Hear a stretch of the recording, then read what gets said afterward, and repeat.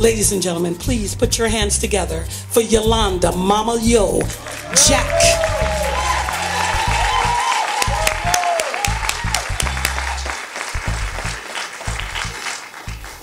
Hey everybody. I have never been so nervous telling something about myself in my life, but here I am. Here we go. When I was little, I looked out at the world around me and made decisions about things. Important things, you know, candy was good, trouble was bad, important things. And another thing that I thought about was fun. Who was having it? Could I get in? How could we have more fun without getting into any trouble? You know, important stuff. And when I looked around, I realized that the men and boys in my life had fun down cold. My granddaddy, was a mechanic. He'd fix cars all day long and then come home and fix cars some more. He'd build things around the house and he just seemed so cool. And my uncle played football in high school and would build go-karts with his buddies and even had a band that he played guitar for. And my stepdad had 3 softball teams that he played on. Everything that they did seemed cool, exciting, and fun. And really, I just like to even just sit down next to them, near them, and watch them do their things. And as they talk to their friends, I would just sit there until I was told, go find your mother. When I would find mommy or grandma, they were never doing anything exciting or fun. Dishes, cooking, laundry. My grandmother is a beautician, a licensed beautician. Sometimes she'd have clients come back to the house and they'd do hair. The things that they talked about would be too confusing for me to understand, and by the time I started figuring things out, I'd get shooed outside and I'd go back to finding the men in my life to see what they were up to. My mother was a teen mom when she had me. She was 15 years old, but she was no average ABC, after-school special teen mom dropout kind of woman. No. When she graduated high school, she was a semester early and had honors.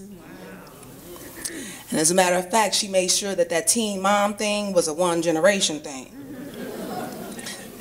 In addition to being a student, she also worked at a doctor's office. So I would only ever see mommy working or studying, and none of those things are fun. Not to me. But the one thing that the women did do that was interesting and fun and exciting was they went out to places I couldn't go. My grandmother would go to some cotillion, a function, you know, dressed all up, looking good. Mommy might go to a party with her friends, and I remember the night she went to her prom. I cried so bad because I wanted to go with her. She was dressed looking like a princess, like Cinderella, going to the ball, and I wanted to go. The closest to going out with them that I got was the fact that I was the only one in the house who could untangle grandma's beads, her beaded necklaces. And so that was my job. And I did that job with pride and actually a lot of joy. It was a lot of fun because I would untangle them, and while I did, the perfume that she wore and the smell of going out kind of mingled together, and they lingered on those beads. And so I'd be sitting there dreaming about the days when I was big enough to go out with my own friends. And so there it was, the boys and men, all fun all the time, and the women, cooking, cleaning, boring stuff, with fun sprinkled in. But they weren't the only women that I paid attention to when I was growing up. The TV moms, Carol Brady and her buddy self, and Edith Bunker running around like a maid, and Mrs. Thomas off What's Happening. She was worse. She was the enforcer. Because mama coming home in the middle of some trouble, that was the worst thing in the world that could happen. And I decided I wanted none of any of it. In fact, when I found out where babies came from for real, I'd go, get ready to go outside and announce it. I'm going outside now. I'll be gone for hours.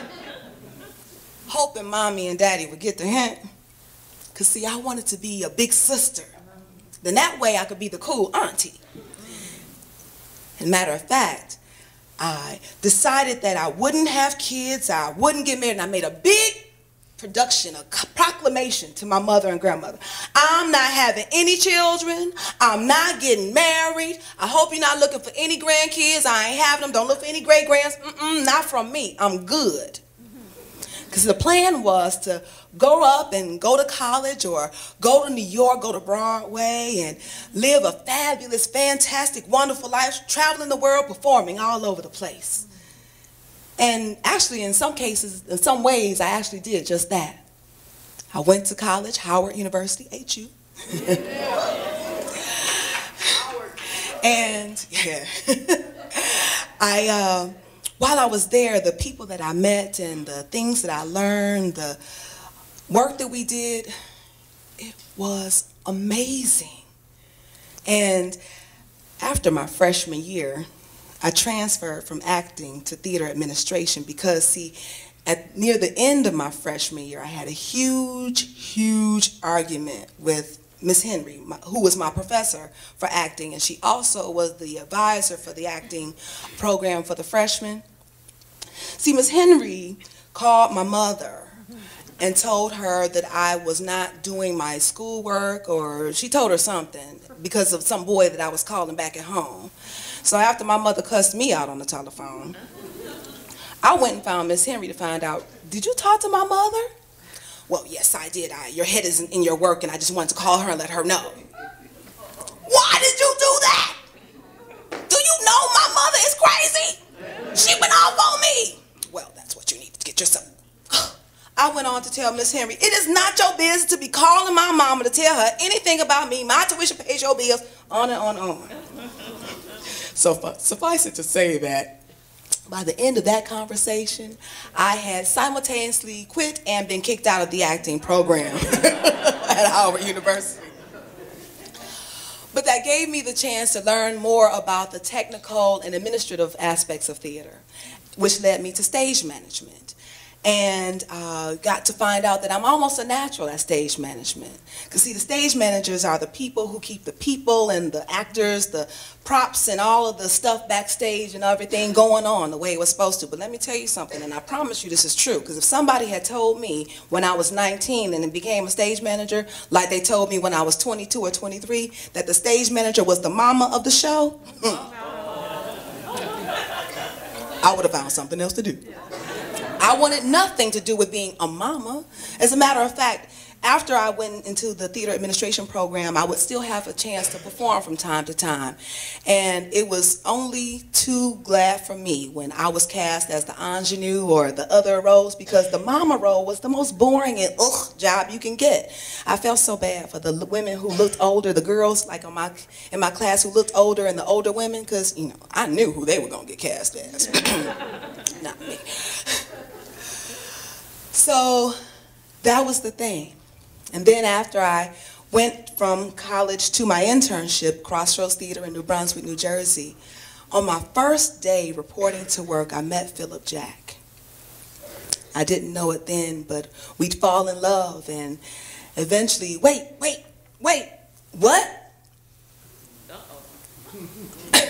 I wanted to marry this man? Because see, with marriage came the possibility of children. But as I thought about it, I realized how excited I was about those possibilities. And so in 1995 in New Brunswick, well, in Edison, New Jersey, we got married, and we decided after we got married that we'd wait 5 years before we'd have any children. And to my mother's horror, we almost made it. Now, when I did get pregnant, I had a lot of time to think about things. Even now, I still laugh at myself making my big proclamation, I ain't getting married, having kids. And they can still laugh at me about that. But while I did that, while I was pregnant, I got to think about the role that I was getting ready to step into and what that meant. And who was I going to be? Because after Xavier and Nandi was born, not only did my name change, but some other things changed too. I went from being from Yolanda to mommy, to being cast now as the mamas in the shows. I felt like life was playing a cruel joke on me. I felt like Kevin Hart, no. But there it was, and I was the mamas. And as time goes on and the kids grew up to go to school, we chose Insaroma Institute as the school that they would go to. And if you don't know Insaroma, enough said, it is an African-centered organization, and in any African-centered group, posse, people, crew, whatever, all of the women are called Mama. So I became Mama Yo. I couldn't escape it. So, well, here I am, Mama Yo, I'm with it. But as the years flew by, I realized how much I had come to love this role of Mama, because I still treasure feeling my babies when they were tumbling around, growing inside me. And I remember giving birth and nursing and changing diapers and kissing hurts and reading books and running around outside, blowing bubbles, coloring and doing laundry and cooking and barbecues. And the cool thing was we would do this thing in my house, we call it passing the babies over the fence, because when we moved to Detroit, my husband and I moved to the house that was next door to the house that I grew up in. So literally next door to Grandma. So we would pass them over the fence so they could have a visit with Grandma and Gigi. And it was just an amazing time for me to look at my kids and see them making accomplishment after accomplishment after accomplishment, doing many of the things that I had done in the same neighborhood I had done it in, the same house I had done it in. And the thing about it is, the role of mother, on stage or off, there's no role like it. That's the first teacher, the first one to touch you, the one to put you in place when you need it. Thank you, Miss Henry. The one that'll make you feel like you know everything and nothing in 2 sentences. The one that will encourage you and push you and prod you and make you do things that you never thought you could or would ever want to do. So in reality and in fiction, I'm cool with being a mother. Because if I'm the mother in fiction, that means I got cast, which means I'm working. That's good. But then there's no other relationship like it. And so as much as I didn't want it, I'm so proud and happy that I have it, and I wouldn't have it any other way. Thank you.